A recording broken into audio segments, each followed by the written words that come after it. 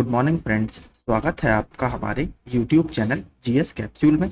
I hope आप सभी लोग अच्छे होंगे और आपकी तैयारी अच्छी चल रही होगी। फ्रेंड्स, अगर आप लोग चैनल पर नए हैं तो रेगुलर करंट अफेयर्स और एग्जाम अपडेट्स और अन्य स्टडी मटेरियल के लिए चैनल को प्लीज़ सब्सक्राइब कर लीजिएगा। सारे फ्री पीडीएफ आपको मेरे टेलीग्राम ग्रुप में मिल जाते हैं जो इसी नाम से है, तो उसको भी आप ज्वाइन कर लीजिए। चलिए शुरू करते हैं। हाल ही में पूर्वी एशिया शिखर सम्मेलन EAS यानी इसको ईस्ट एशिया समिट बोला जाता है और आसियान क्षेत्रीय मंच ARF यानी आसियान रीजनल फोरम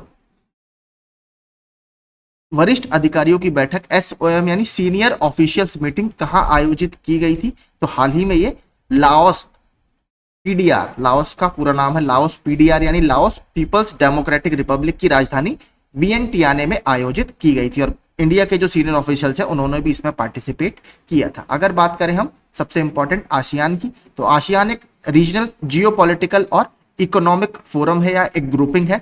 इसका स्थापना जो है वो अगस्त 1967 में की गई थी और इसका जो सेक्रेटेरिएट है वो जकार्ता इंडोनेशिया में स्थित है। बात करें टोटल मेंबर कितने हैं, इसमें टोटल 10 मेंबर्स हैं जो साउथ ईस्ट एशिया वाला पूरा एरिया है वहां से संबंधित है, प्लस इसमें 6 और मेंबर्स हैं जो इसके फ्री ट्रेड पार्टनर्स हैं, जिसमें इंडिया भी आपका आता है। इंडिया ओरिजिनल ग्रुप का मेंबर नहीं है, इंडिया आसियान +6 का मेंबर है जिसमें 6 आते हैं।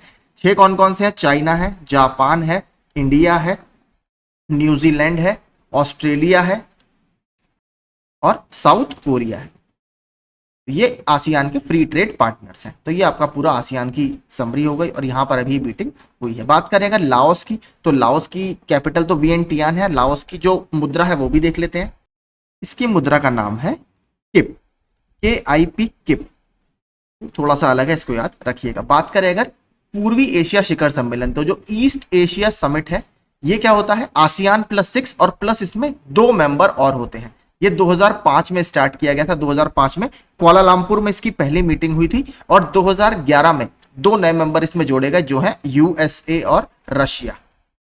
ठीक है, तो ईस्ट एशिया समिट में अगर आपसे मेंबर पूछे तो आसियान +6 उसके free trade partner plus USA और रशिया, तो ये total 18 country east Asia summit बनाती है पूरा, या इनकी जो मीटिंग होती है वो ईस्ट एशिया समिट के दौरान होती है। तो ये पूरा आपका इसकी समरी हो गई। इसके बारे में पूरा आप यहां पर पढ़ सकते हैं, PDF आपको टेलीग्राम ग्रुप में मिल जाएगा। कौन सा देश FIH जूनियर हॉकी विश्व कप 2025 की मेजबानी करेगा? तो देखिए अभी तक ये टूर्नामेंट कम टीमों का होता था, इस बार पहली बार इसमें 24 टीम्स शामिल होंगी। तो 24 टीम्स वाले संस्करण का ये पहला उद्घाटन संस्करण होगा, ये भारत आयोजित करेगा। तो इंडिया को भी इसकी मेजबानी मिली है। एक ऐतिहासिक निर्णय में अंतरराष्ट्रीय हॉकी महासंघ के कार्यकारी बोर्ड ने भारत को 24 टीमों वाले पहले FIH हॉकी पुरुष जूनियर विश्व कप के लिए मेजबानी के लिए नामित किया है। इसके अलावा कुछ और जो स्पोर्ट्स चर्चा में अभी रहे वो मैंने डाल दिए हैं।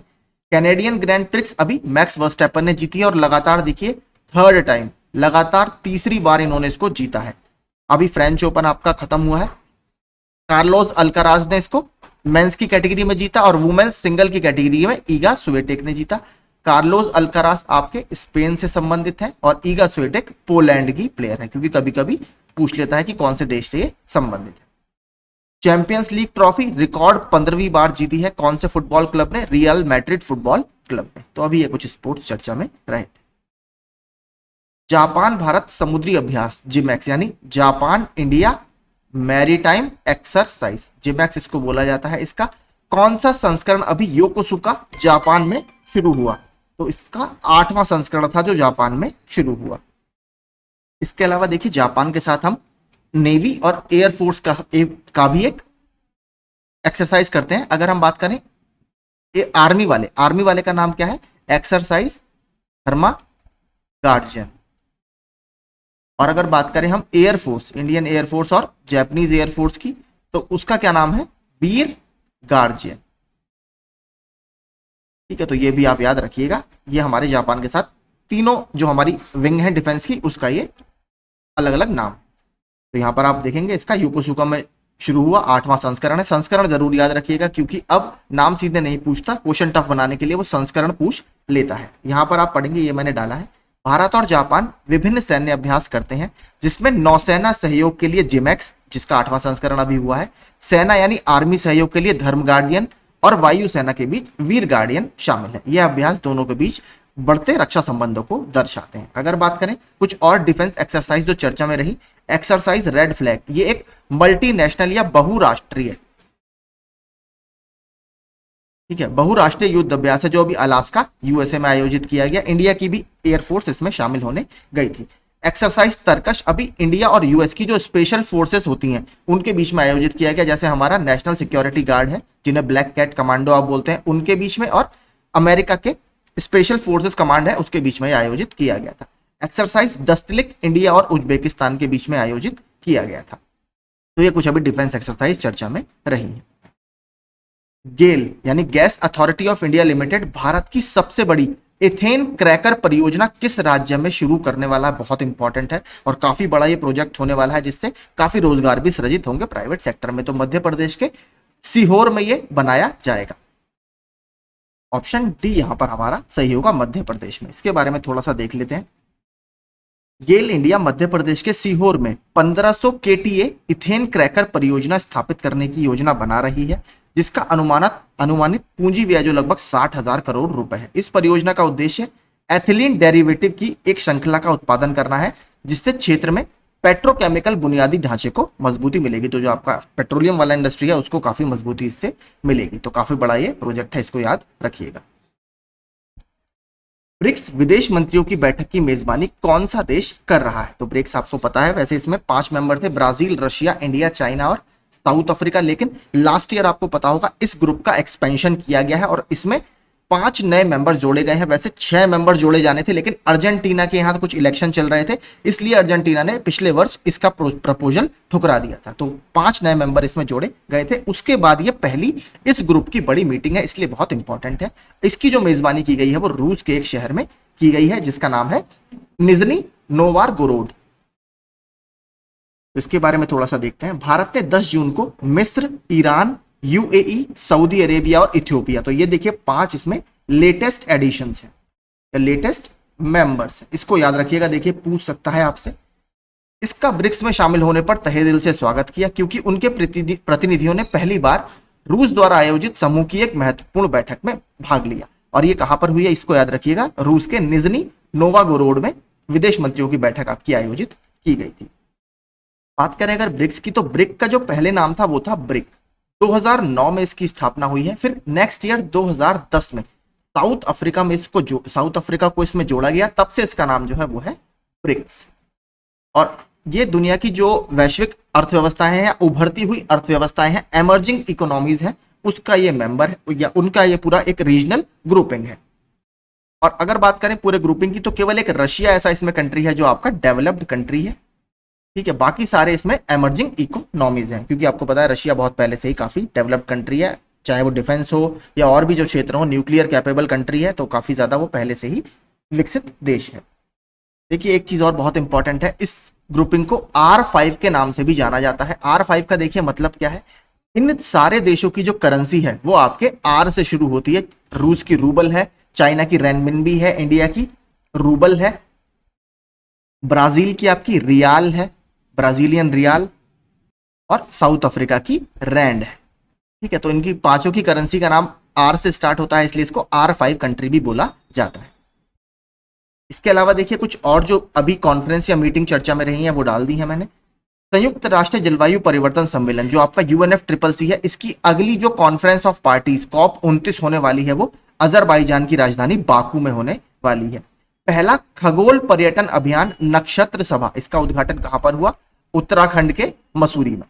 तीसरी 3 दिवसीय भारतीय विश्लेषणात्मक कांग्रेस, ये उत्तराखंड के देहरादून में आयोजित की गई। इंटरनेशनल एयरपोर्ट ट्रांसपोर्ट एसोसिएशन की 81वीं वार्षिक आम बैठक, तो ये जून 2025 में दिल्ली में आयोजित की जाएगी इंडिगो एयरलाइंस के द्वारा।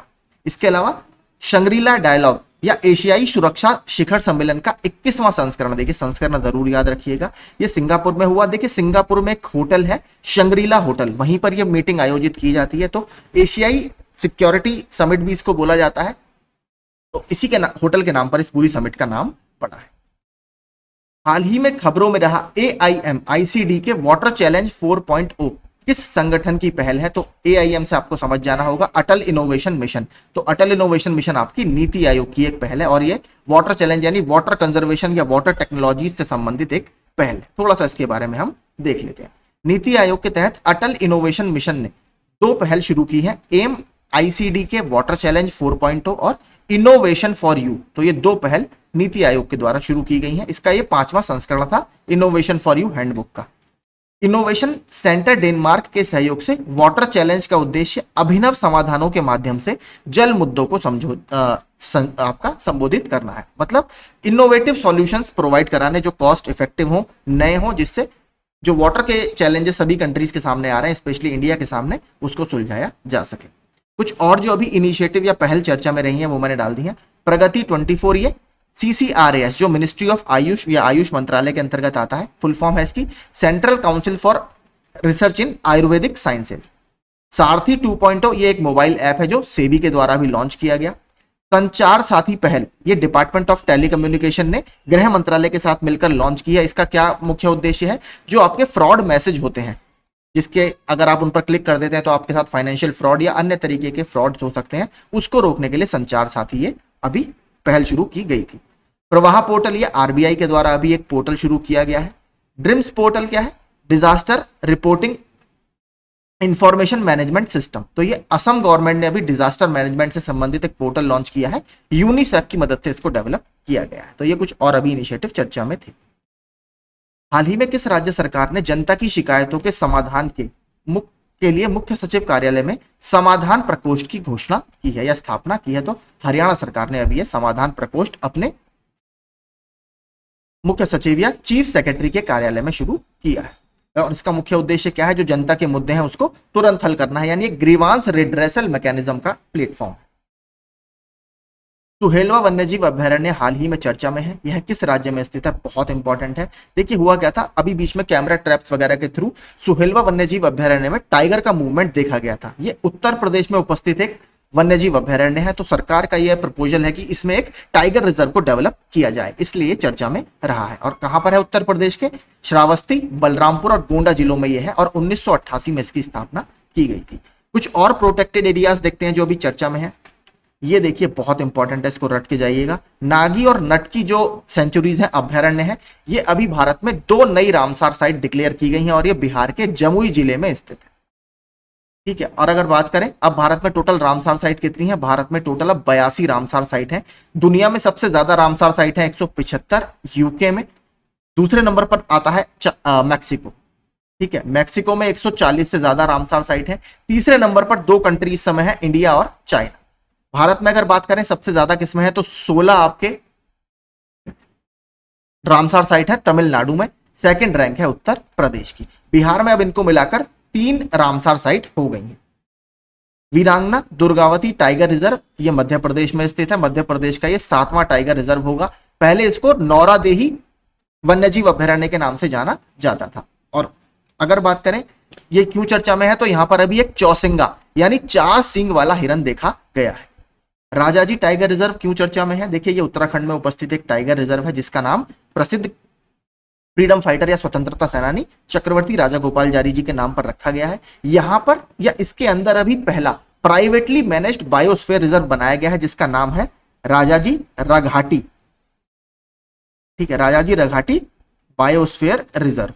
ठीक है, रघाटी क्या है? यहां पर एक नदी या नदी की धारा बहती है रघाटी, उसके नाम पर यह नाम रखा गया है। तो राजाजी रघाटी बायोस्फीयर रिजर्व भारत का पहला प्राइवेटली मैनेज्ड बायोस्फीयर रिजर्व है।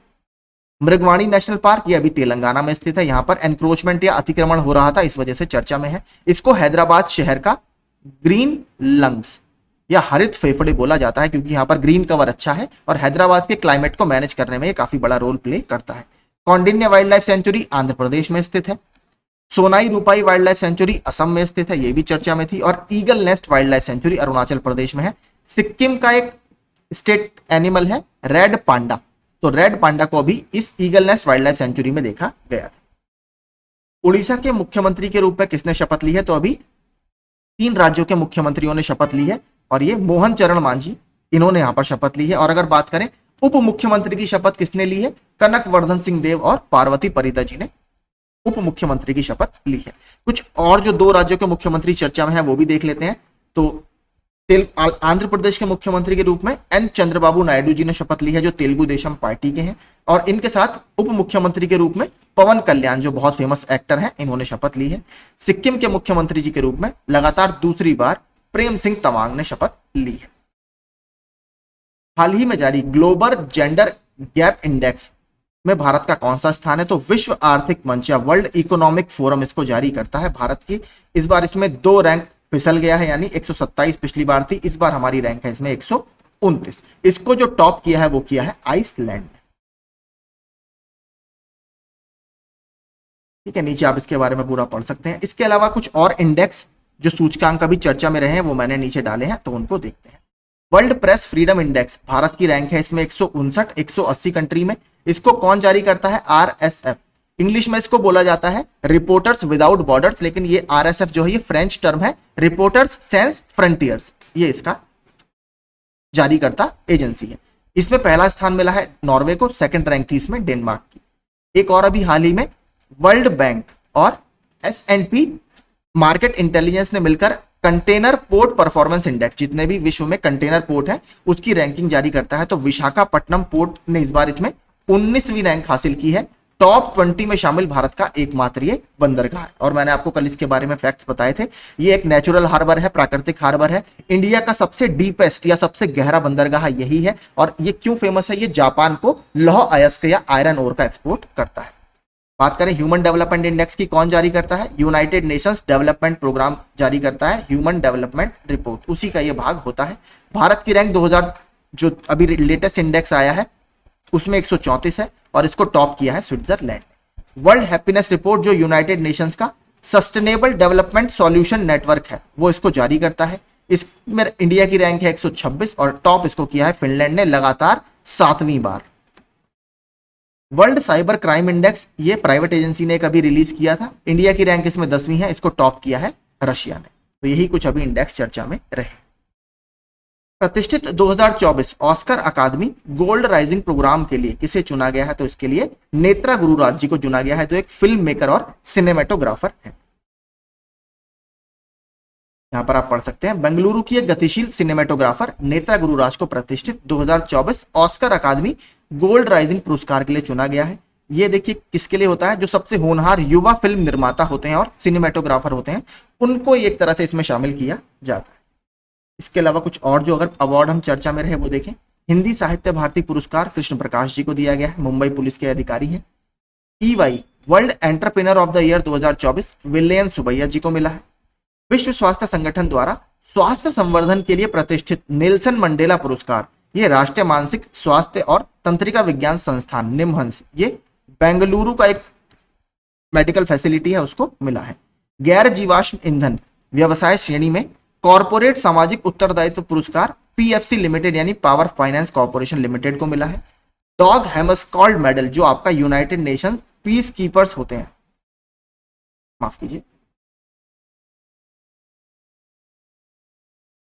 यूनाइटेड नेशन पीस कीपर्स होते हैं, उसके द्वारा यह दिया जाता है और नायक धनंजय कुमार सिंह जी को मरणोपरांत ये दिया गया है। तो यही कुछ अवार्ड अभी चर्चा में थे।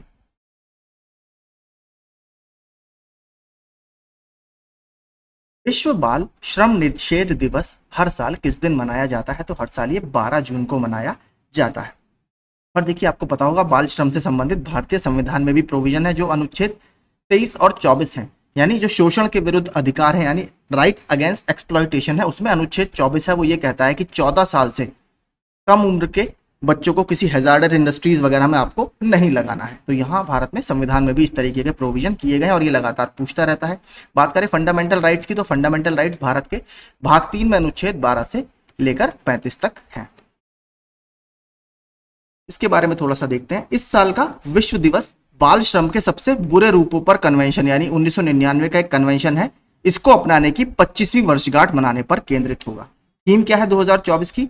आइए अपनी प्रतिबद्धताओं पर काम करें, बाल श्रम को समाप्त करें। यहाँ पर देखिए जो मैंने आपको बताया वो यहाँ पर आपको दिखेगा। भारतीय संविधान 14 वर्ष से कम उम्र के बच्चों को खदानों या किसी भी खतरनाक व्यवसाय यानी हैजार्डस इंडस्ट्री में काम करने से रोकता है। अंतर्राष्ट्रीय श्रम संगठन भी कहता है कि 18 वर्ष से कम उम्र के बच्चे को श्रम या किसी भी तरह के खतरनाक काम में शामिल नहीं किया जाना चाहिए। तो आईएलओ का 18 साल का बैरियर है, भारतीय संविधान में 14 वर्ष का बैरियर है। इसको याद रखिएगा, ये प्रश्न पूछता रहता है। बात करें अगर आईएलओ यानी इंटरनेशनल लेबर ऑर्गेनाइजेशन की, तो ये यूनाइटेड नेशंस की एक स्पेशलाइज्ड एजेंसी है। जैसे आप फूड एंड एग्रीकल्चर ऑर्गेनाइजेशन है, डब्ल्यूटीओ है, इसी तरह ये भी एक स्पेशलाइज्ड या विशेष एजेंसी है।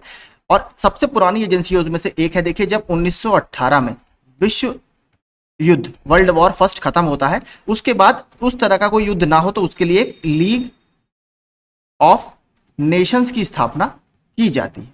तो लीग ऑफ नेशंस की ही रिकमेंडेशन पर 1919 में अंतरराष्ट्रीय लेबर स्टैंडर्ड्स के लिए इंटरनेशनल लेबर ऑर्गेनाइजेशन की स्थापना की जाती है। ठीक है, तो ये आपका 1919 से संबंधित एक बॉडी है, काफी पुरानी बॉडी है। और अगर बात करें इसके हेडक्वार्टर की, तो हेडक्वार्टर वही इसका जिनेवा स्विट्जरलैंड में इसका हेडक्वार्टर है। इसके लिए एक बात और इंपॉर्टेंट है, एक प्रश्न ये पूछा गया है 1969 में इसको नोबेल पीस प्राइज, ठीक है, नोबेल शांति पुरस्कार 1969 में आईएलओ को दिया गया है। तो एक बार ये प्रश्न आ चुका है कि किस वर्ष से नोबेल शांति पुरस्कार मिला था, तो ये आप याद रखिएगा। हाल ही में खबरों में रही कलेश्वरम लिफ्ट सिंचाई परियोजना किस नदी पर स्थित है? तो ये गोदावरी नदी पर स्थित है। कौन से राज्य में? तेलंगाना में। ठीक है, बहुत इंपॉर्टेंट है। देखिए, कलेश्वरम लिफ्ट का मतलब होता है पंप। ठीक है, लिफ्ट मतलब उठाना, यानी यहां से पानी को पंप करके दूसरी जगह पर भेजना। तो ये बेसिकली वैसे मल्टीपर्पज प्रोजेक्ट है। मल्टीपर्पज प्रोजेक्ट के 3 उद्देश्य होते हैं। पहला होता है पावर जनरेशन, जो हर डैम का उद्देश्य है, मेन पावर जनरेशन। दूसरा क्या होता है? ड्रिंकिंग वाटर, आसपास की जो कम्युनिटीज हैं उनको ड्रिंकिंग वाटर यानी पोर्टेबल वाटर अवेलेबल कराना। तीसरा होता है आपका इरिगेशन, यानी सिंचाई व्यवस्था करना। तो ये मल्टीपर्पज प्रोजेक्ट के 3 मेन टारगेट्स होते हैं। बात करें अगर ये चर्चा में क्यों है, देखिए, न्यायमूर्ति पीसी घोष की अध्यक्षता में एक कमेटी बनाई गई है, एक जुडिशियल कमीशन, न्यायिक आयोग बनाया गया है। उसमें यह कहा गया है जब ये प्रोजेक्ट आपका बना था तो जो आसपास के लोग थे उसमें काफी ज्यादा कुछ अनियमितताएं सामने आई हैं, जिसमें लोगों का रिहेबिलिटेशन या जो पुनर्वास था वो सही से नहीं किया गया, मुआवजे वगैरह सही से नहीं मिले। तो इसका पूरी अब जांच शुरू की जाएगी इस जुडिशियल कमीशन के द्वारा। तो ये आपका तेलंगाना में स्थित है। बात करें अगर गोदावरी नदी की, तो गोदावरी नदी के बारे में पहले कुछ फैक्ट्स पे बात कर लेते हैं। सबसे पहला, ये जो पेनिनसुलर इंडिया है या प्रायद्वीप है उसकी सबसे लंबी नदी है, लगभग 1465 किलोमीटर इसकी लेंथ है। इसीलिए इसको दक्षिण गंगा या वृद्ध गंगा भी बोला जाता है या ओल्ड गंगा भी बोला जाता है। कहां से निकलती है? तो नासिक जो डिस्ट्रिक्ट है महाराष्ट्र का, वहां पर एक जगह है त्रियंबक। ठीक है, त्रियंबक, वहां से ये निकलती है और उसके बाद ये ईस्ट में पूरी फ्लो होती हुई बंगाल की खाड़ी में गिर जाती है। अगर बात करें इस पर उपस्थित कुछ इंपॉर्टेंट या इसकी कुछ सहायक नदियों की, तो सबसे पहले बात करें प्राणहिता, पूर्णा, दूधना, मंजरा, ये 4 इसकी बहुत इंपॉर्टेंट सहायक नदियां हैं। इसको याद रखिएगा क्योंकि बार बार ये पूछता रहता है। प्राणहिता, पूर्णा, दूधना, मंजरा। अगर बात करें गोदावरी नदी पर उपस्थित कुछ और डैम्स की, तो वो मैंने नीचे डाले हैं।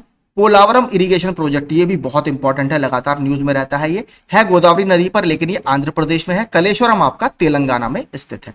एक इंचमपल्ली प्रोजेक्ट है, वो भी आपका गोदावरी नदी पर है। ये आपके छत्तीसगढ़ के साउथ से शुरू होता है और ये 2 से 3 राज्यों की मिलीजुली या ज्वाइंट प्रोजेक्ट है। इसके अलावा श्री शाम सागर प्रोजेक्ट, ये भी आपका गोदावरी नदी के ऊपर ही स्थित है। तो ये सब कुछ गोदावरी नदी से संबंधित फैक्ट्स हो गए। हाल ही में किस देश के राष्ट्रपति सालोस चिलिमा की विमान दुर्घटना में मृत्यु हो गई है? तो देखिए, मलावी के जो उपराष्ट्रपति हैं, माफ कीजिए उपराष्ट्रपति होगा, ठीक है, उपराष्ट्रपति नीचे, ठीक है, इनकी अभी विमान दुर्घटना में मृत्यु हो गई है। तो हम थोड़ा सा मलावी के बारे में देख लेते हैं। मलावी का मैप मैंने नीचे लगाया है, इसको देखते हैं। तो देखिए, मेन मलावी का अगर आप ईस्ट वाला हिस्सा देखेंगे तो पूरे लगभग इस कंट्री के साथ साथ एक आपकी लेक है, लेक मलावी। ठीक है, अगर बात करें इसके बॉर्डरिंग नेशन या निकट देश कौन कौन से हैं? तंजानिया, जाम्बिया, यहां पर जिम्बाब्वे और इधर आपका मोजाम्बिक। तो ये कुछ इसके पड़ोसी देश हैं। इसके अलावा और कुछ लेक की बात करें तो यहां पर लेक मलोम्बे है, लेक चिल्वा है, एक यहां पर आपकी बुआ रिवर है। और अगर बात करें इसकी हम राजधानी की, तो राजधानी है इसकी लिलोंगवे। ठीक है, लिलोंगवे। और अगर बात करें इसकी करेंसी की या मुद्रा की, तो इसकी मुद्रा है क्वाचा। ठीक है, क्वाचा इसकी मुद्रा है, KWACHA, क्वाचा इसकी मुद्रा है। तो यही मुझे लगता है मैप से काफी चीजें क्लियर हो गई होंगी। हाल ही में खबरों में रहा क्रेते द्वीप किस देश का हिस्सा है? तो देखिए इंग्लिश में इसको इस तरीके से क्रेटे लिखा जाता है, आप इसको कैसे पढ़ते हैं, क्रेटे या क्रेते कुछ भी पढ़ सकते हैं। और ये ग्रीस का एक हिस्सा है। एक्चुअल में क्या हो रहा था, ये ग्रीस का लार्जेस्ट आइलैंड है। ठीक है, सबसे बड़ा द्वीप है। यहां पर अभी एयरपोर्ट बनाने के लिए खुदाई की जा रही थी, तो वहां पर 4000 साल पुराने लगभग एक गोलाकार हमें मॉन्यूमेंट्स मिल गए हैं। तो एक आर्कियोलॉजिकल एविडेंस यहां पर हमें मिला है, तो इस वजह से ये न्यूज में है। बात करें अगर क्रेते द्वीप के बारे में, तो यह ग्रीस का सबसे बड़ा द्वीप है और भूमध्य सागर का 5वां सबसे बड़ा द्वीप है। यह एजियन सागर, जो कि भूमध्य सागर की एक शाखा है, इसके दक्षिणी भाग में स्थित है। तो नीचे मैप देखते हैं, उससे आपको चीजें क्लियर होंगी। तो देखिए ये आपका एजियन सी है, ये है पूरा ग्रीस, और ये है आपका आइलैंड, मेन आइलैंड है आपका ये। तो एजियन सी के आप देखेंगे ये दक्षिण में स्थित है, यहां पर भूमध्य सागर है, भूमध्य सागर का ही एक भाग है आपका एजियन सी। तो यहां पर ये हमारे लिए इंपॉर्टेंट है। क्रेटे किसका हिस्सा है? ग्रीस का हिस्सा। इससे पहले देखिए एक और अभी द्वीप लगातार चर्चा में था, पनामा का। वो बहुत इंपॉर्टेंट है क्योंकि वो सीधे सीधे क्लाइमेट चेंज से संबंधित है। आपको पता है द्वीप जो होते हैं चारों तरफ से पानी से घिरे होते हैं, उन्हीं को आइलैंड बोला जाता है। तो अभी पनामा के इस द्वीप जिसका मैं नाम आपको बता रहा हूं, गार्डी सुगडुग, गार्डी सुगडुग, ये आपका पनामा का द्वीप है, जहां पर क्लाइमेट चेंज की वजह से सी लेवल राइज हो रहा है और वहां पर जो चेंजेस हैं वो देखने के लिए मिल रहे हैं। इसलिए पनामा ने इस पूरे आइलैंड को इवैक्यूएट, यानी इस पूरे आइलैंड से लोगों को बाहर निकालने की अभी बात की थी, जिस वजह से ये चर्चा में था। तो गार्डी सुगडुग द्वीप भी आप याद रखिएगा, ये इंपॉर्टेंट है। ठीक है, तो यही हमारे आज के सारे करंट अफेयर्स थे जो चर्चा में थे। आई होप आपको सेशन अच्छा लगा होगा और एग्जाम पॉइंट ऑफ व्यू से यूजफुल लगा होगा। ये पूरा पीडीएफ आपको टेलीग्राम में फ्री में मिल जाएगा और वीकली पीडीएफ भी मैं डालता हूं, तो अगर आप रोज डाउनलोड नहीं करना चाहते, वीक का भी मैं आपको कंपाइलेशन फ्री में प्रोवाइड करा दूंगा, तो वो आप पढ़ लीजिएगा। अच्छा लगा हो तो लाइक कर दीजिएगा। Thank you so much.